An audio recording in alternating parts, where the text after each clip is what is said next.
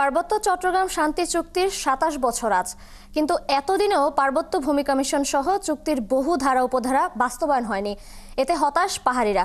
বর্তমান অন্তর্বর্তীকালীন সরকারের কাছে পাহাড়িদের দাবি, ভূমি সমস্যা সমাধান করে চুক্তি পূর্ণাঙ্গ বাস্তবায়ন সহ পরিবর্তিত পরিস্থিতিতে সংবিধানে আদিবাসীদের সাংবিধানিক স্বীকৃতির।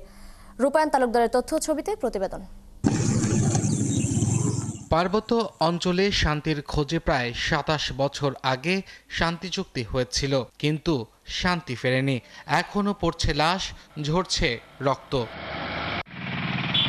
সর্বশেষ খাগড়াছড়িতে মোটরসাইকেল চোর সন্দেহে পিটুনিতে এক বাঙালি যুবকের মৃত্যুকে কেন্দ্র করে আবারও অশান্ত হয়ে ওঠে পার্বত্য অঞ্চল। বিগত সরকারে এই শান্তি চুক্তি পরিপূর্ণভাবে বাস্তবায়ন করেন নাই, তো বাস্তবায়ন করে না। এখনো পর্যন্ত পার্বত্য চট্টগ্রামের সমস্যা এখনো জিয়ে আছে। রাজনৈতিক যেহেতু সমস্যা, এটাকে রাজনৈতিকভাবে সমাধান করা দরকার। আমার মনে হয় যে এক্ষেত্রে আমাদের বর্তমান সরকারও নিশ্চয়ই পজিটিভলি এটাকে দেখবে। এখানকার মানুষ বলছেন, ১৯৯৭ সালে পার্বত্য চুক্তি করা হলেও তার মূল বিষয়গুলো বাস্তবায়ন করা হয়নি। বিশেষ করে এই চুক্তি মোতাবেক যে স্বতন্ত্র ভূমি কমিশন গঠন করার কথা, তা এখনো করা হয়নি। পার্বত্য চুক্তির পূর্ণ বাস্তবায়ন না হলে পাহাড়ের শান্তি ফিরে আসবে না। চুক্তির মৌলিক বিষয়গুলো বাস্তবায়ন হয় নাই, যার ফলে জনগণের মধ্যে হতাশা বিরাজ করছে।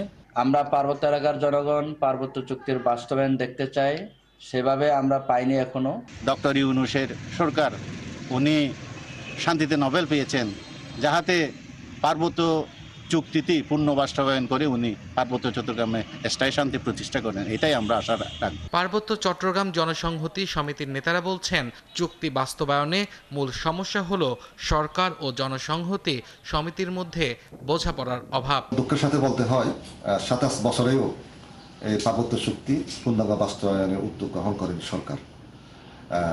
আমরা আশা করি সরকার চুক্তি পূর্ণাঙ্গ বাস্তবায়ন করবে এবং পার্বত্য চট্টগ্রামের স্থায়ী শান্তি প্রতিষ্ঠা হবে। পার্বত্য চুক্তির পূর্ণ বাস্তবায়ন না হলে পাহাড়ে শান্তি ফিরে আসবে না।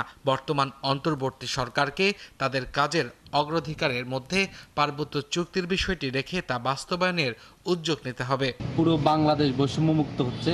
আমরা পার্বত্য অঞ্চলে পার্বত্যবাসী চাই যে বৈষম্য চুক্তি, পার্বত্য চুক্তি, কালো চুক্তি বাতিল করে পার্বত্য অঞ্চলের শান্তি ফিরে আনার জন্য।